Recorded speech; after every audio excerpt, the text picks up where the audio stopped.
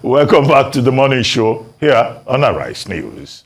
Joining us now to review some of the headlines of today's newspapers from around the world is Arise News analyst Emmanuel Efeni, the great Malabite. Good morning, Emmanuel. Good morning, Ruben. Good morning. Good morning, Rufai. Good morning, Ayo. Good morning, Mr. Efeni. Yes, we start the review with this day Nigeria's newspaper of record.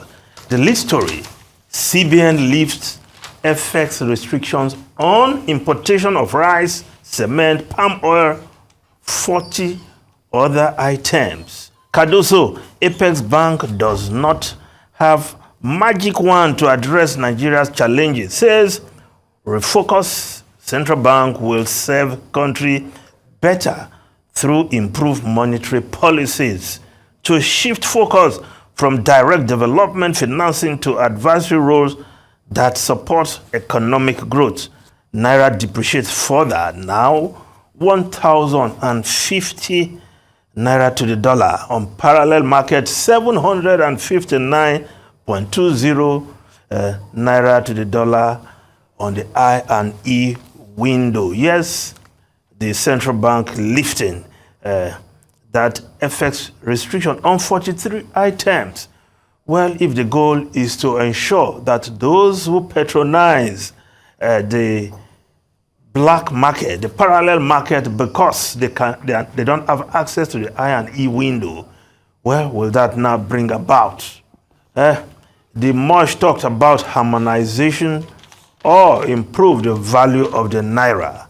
Left to be seen. But another way to look at this matter, lifting the restriction on importation of rice. Well, with the price of rice in the market very high now, a staple which Nigerians are very used to, perhaps that would also force if more people can get FX from the I and E window to import rice, perhaps the price of rice will come down.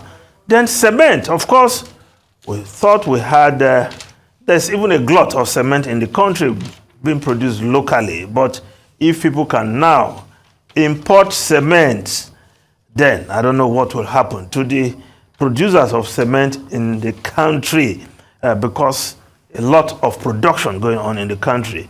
Why the price is still high is another matter altogether. But recently, the Boa Group take what looked like a leap in bringing down the price of cement. We just hope other cement producers will follow suit so that we don't have to rely on imported cement in this country again. I thought we've gotten through that level. But again, this is what the government has just done, lifting the FX restriction on 43 items, including cement and rice. So let's see how this will also impact on food prices in the market, because this also includes palm oil, amongst other items. Now, if we just look at how other newspapers are reporting this story, the Punch newspaper, yes, the Punch newspaper reporting this story, Forex crisis, CBN raises dollar supply, lifts ban on cement, 42 items, 8-year Forex ban on rice, 42 other removed. CBN insists on single FX rate. Private sector manufacturers hail federal government. Cardoso plans more Forex policy reviews. While, of course, the Business Day newspaper reporting this story, in move towards single FX rate, CBN lifts ban on 43 items. Naira to appreciate on black market. Analysts are saying, based on that will be one of the fallouts of this new policy. Of course, the Daily Independent newspaper, CBN governor targets $1 trillion GDP growth in 8 years. That's the Daily Independent newspaper. Now, let's look at other newspapers reporting other stories as their lead. Now, the Vanguard newspaper, Atiku cooked up allegations against me. Tinubu tells Supreme Court, says petition was mere blockbuster with thrilling suspense, hide and seek. Well, the Tinubu legal team now, of course, responding to the petition put by Atiku Abubakar at the Supreme Court on the account of the papers obtained from the Chicago State University. Well, the justices of the Supreme Court, they are well prepared, and they will hear both sides make their case, and they will give their verdict, and we all fall in line, as it were. But whether the burden of whatever come out of that judgment will evaporate, of course, we'll wait and see. Now, still on the front page of the Vanguard newspaper, Apapa gridlock, Lagos government impounds 18 trucks for indiscriminate parking. Yes, of course, Lagos State government now wielding the big stick, and I just hope this will continue so that there can be some sanity on that Apapa axis. And we encourage the governor to continue to press on with his drive to bring sanity to the traffic in the Apapa axis of Lagos State, the port city of Nigeria's commercial center. Now, also, yes, the Daily Sun newspaper reporting the story. Tinubu wants Supreme Court to dismiss Atiku's petition, urges Apex Court, to reject ex-VP's claims.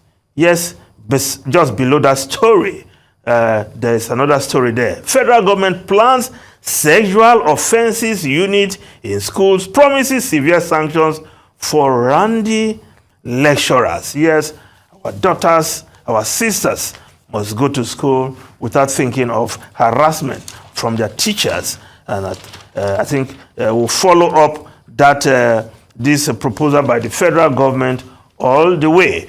Now, the Daily Trust newspaper, Tinubu breaches law on Olukoyede's appointment as EFCC chair. Experts, no law violated presidency. Of course, this is a new controversy that has just come up with the appointment of the new EFCC boss, who will still have to go through screening at the National Assembly. Will this controversy affect how the Senate will look at this matter? Well, opinions are divided, and he has 15 years cognate experience, we're told, and perhaps that should suffice. And having been in the EFCC circle working for a substantial number of years, he should garner, he must have garnered enough experience in that space.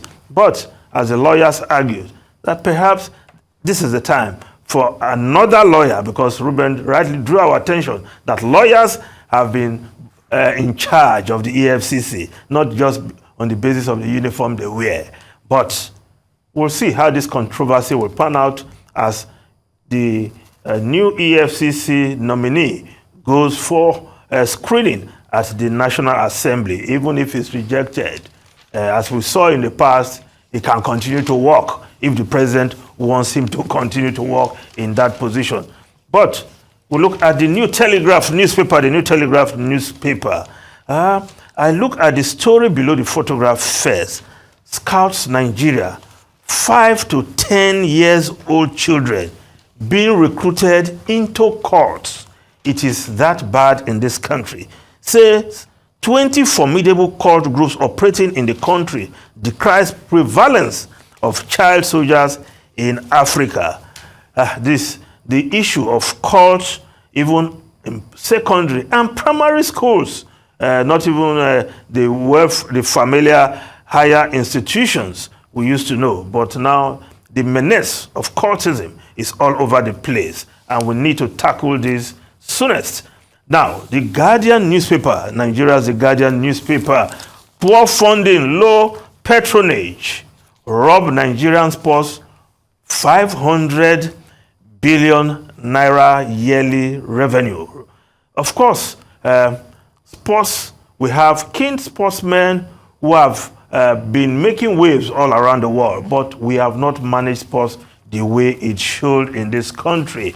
And this is a challenge perhaps for the sports minister and all the sports bodies in this country. But the sports ministers must take the lead so that sports, which is a veritable employment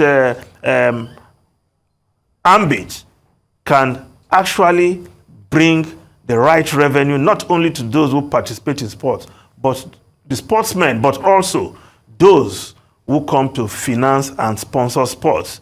Now, the foreign newspapers quickly, the Times of London, Israel shows mutilated babies, images alleged to be proof of atrocities. Britain sends 2 Royal Navy ships.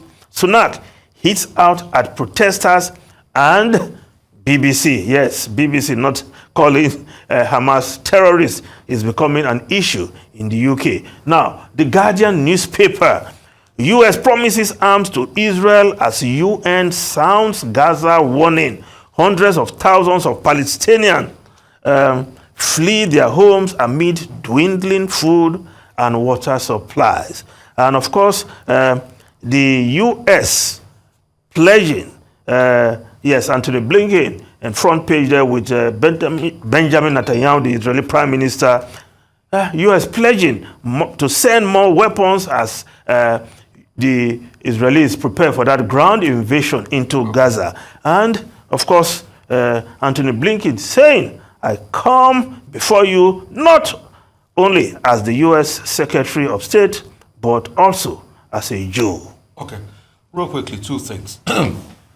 Number one thing I'd like to talk about is concerning this new EFCC chief. I'd like to ask, where is Abdurrashid Bawa? Because we've seen this pattern.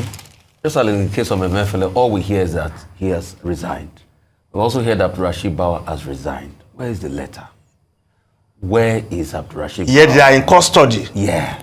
So, and also, they are not free to move around. For the new EFCC chief, I would like to say this. Please, I might want to say it in Yoruba first for effect and translate in English. Congratulations to him, but he should remember what it means is that he should be careful, because the same whip he used for the former wife is still there for the new wife. And he should look at the antecedents of how EFCC bosses live. From Bawa to Magu to all of them. He should be guided in his decisions. That's all I'm going to say. But I ask, where is Abdurrashid Bawa? It is a good question. I'm not in the mood to address any of the issues today, because this is Ojinika Okpe's segment, and I'm missing her. But as a great Malabite, correct, as a fellow Malabite, let me say something. Yes. The issue with Abdurrashid Bawa is that Section 35, Section 36 of the 1999 Constitution do not allow you to detain a man indefinitely. He has been detained indefinitely. What is his offense?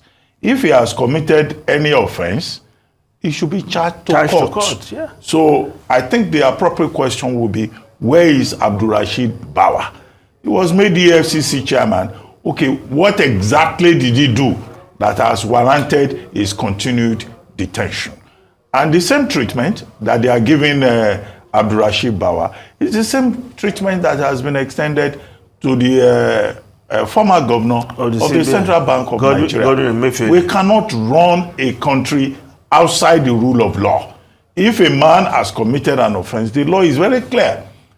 The person's rights are guaranteed under the Constitution. So where is Bawa? That's one question we can put directly to President Bola Ahmed Tinubu. If he has committed an offense, take him to court. That is the place to resolve the issue, not by just hiding him away from public view. An accused person has rights under the law, whatever the accusation may be.